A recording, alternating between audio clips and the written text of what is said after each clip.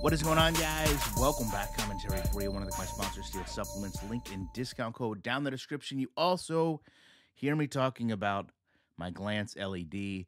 No subscription fee required. Premium data, live updates, NFL, NCAA, NBA, NHL, UFC, NASCAR, you name it, it does it.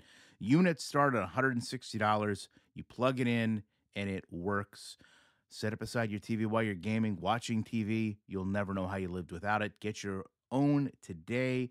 MLB The Show coming out with the Negro Leagues edition. So looks like we won't get a player edition like we've seen with Ohtani, like we've seen with Judge, but instead we get a game version that is going to donate $1 for every game sold to the Negro League Museum. If you've never been there, incredible place. Has obviously the steel book, has the traditional New Era hat, and this hat is actually awesome. It's got all the teams underneath the brim. You obviously have early access dual entitlement, a Barrier Breakers Diamond Choice Pack, a Legend Diamond Choice Pack, 5 gold packs, 20 the show packs, an equipment pack, double daily rewards, Cover Athlete Bat Skin, 20,000 stubs. Now, I've seen already some people pushing back against this. I don't know why. If you played the Negro League games last year and you want a first person perspective, you want a storyline that matters, you want the reality in some cases of what actually happened in your sports. I think that's one thing that sports games really fail to do. They really fail to bring you into the history of the game properly. You watch my community tab, put up a ton of TTMs. Got a TTM from Leroy Kelly, who took over for Jim Brown, who was one of the greatest running backs of all time yesterday. I don't think that games do enough to respect the heritage of the sport. If you play a game today, you should have a firm understanding of who the greatest of the game are, whether you're playing at age 8 or playing at age 80, because a lot of the greats really don't change. And I don't think that when you look at sports titles as a whole, they pay homage enough to the people that got the game where it is. The reality is, if you didn't have the Negro Leagues, if you didn't have people like Jackie Robinson breaking the color barrier, you don't have sports where they are today. And I don't know how we can sit here and play a game and not understand that. I don't know how that can't at least be at some point the focal point of gaming is that you need to respect the athletes that gave everything they had to get to where they were so the game can get to be where it is. And there's sacrifice there, not just athletic, but from your family, your time, your body. So I don't have any issue with this. The only issue I have is they're only making a single dollar donation. That to me would be the only issue. But other than that, I love what they did last year. I've said that in just about every video I've talked about. I thought the storylines were great. Maybe maybe a little bit underwhelming as far as presentation, but hopefully, they're going to work on that and build this out. I actually said in my review of their initial trailer, my concern was that they weren't going to build it out, that they were just going to kind of roll it over and they were going to take the storyline of Vladdy Jr. and put that in. Now, I do understand there's people that are obviously sitting here and saying, listen, we need more than 2 or 3 animation changes. We need something tangible. We need something major. And I've said that too. Listen, there's no doubt about it. If you've played this game as much as I've played this game, it is getting repetitive to a degree. You're seeing the same things over and over. But I say that with the caveat of I've played this game for thousands of hours. I probably play a game every single day for the last 4 years of MLB The Show. So who am I kidding if I'm thinking that it's not going to be repetitious? If you watch the same genre of movie, if you watch the same TV show, all of those things are going to get repetitive in that time. The reason they're repetitive now is because it's such a quality game that we're spending so much time with it. Go back to NFL 2K. Go back to All Pro Football 2K, since this is primarily a football channel, but I can't cover football games the way I should because there's a poor quality game on the market. A game where you can play it for an hour, 2 hours and see the same animations, feel like you're not actually involved in the game with user control. So it's really two separate worlds when it comes to these games. And it's ironic that people have the same complaints about them, but those complaints take, in one case with MLB The Show, so much longer to justify. Right? I get it.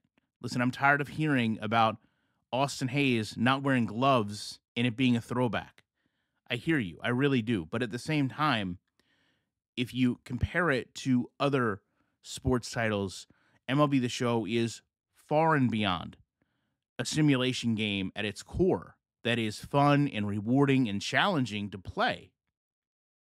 Doesn't mean that it's perfect. And I do also really like the fact that they've taken a stance. They're going back.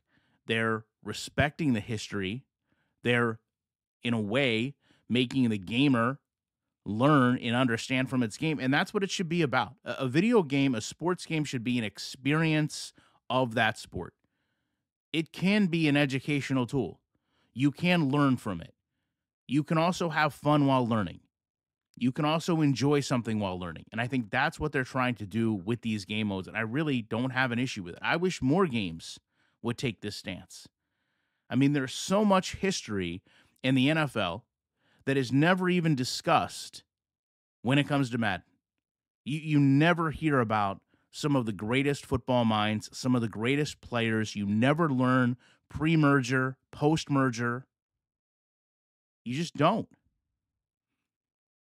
You know, it's sad in a way that you have two games, two genres of sports, both with an incredible legacy and history in the US.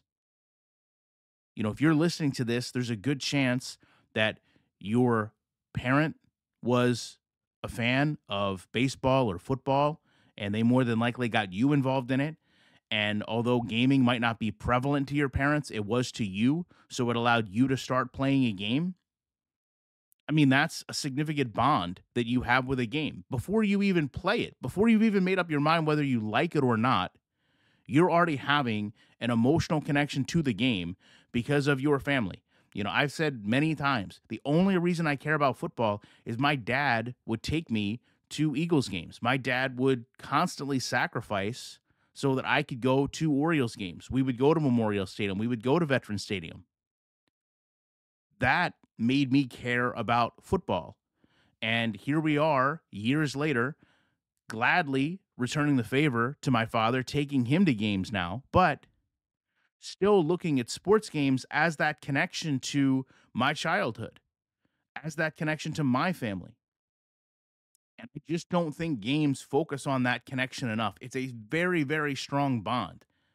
And you probably, if you're a male, which most of you are, watching this channel, have that connection to a parent through a game. So why are we not thankful that a game is taking the history of a sport, the legacy of a sport, and putting it into a game so that people can learn from it? Even if in the moment it doesn't feel like they're learning, the fact that they are. Every single sports game on the marketplace would benefit from going back and looking at the history of its sport and implementing it into its game. Because that is what's needed to have fans. When I did the write up for Leroy Kelly, I said in that write up, Leroy Kelly played 10 years, had to replace what many consider the greatest running back of all time in Jim Brown.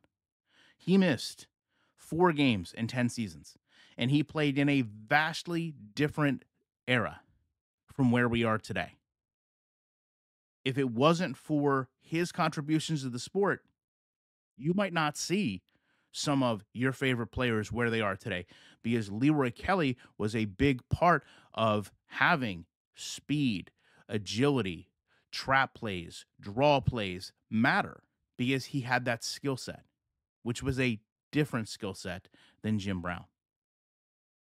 You can play Madden for days and days and days and not learn about Jim Brown, not learn about someone like Leroy Kelly. Now, all pro football, you didn't have that choice. Because I know at least Leroy Kelly, perhaps even Jim Brown, was in that game. I don't believe Jim Brown was, but someone will correct me at the 10-minute mark. But I know I got a little bit off on a sidebar here, but the fact remains I love what MLB The Show is doing with this game mode. I am so glad they're continuing to develop it and evolve it, and it should have a place in every single sports title so that we understand not just there was a time where the color barrier was prevalent in sports, but there were athletes that helped break it. Love to know your thoughts on this. Appreciate you watching it. I will be back in the week with more commentary.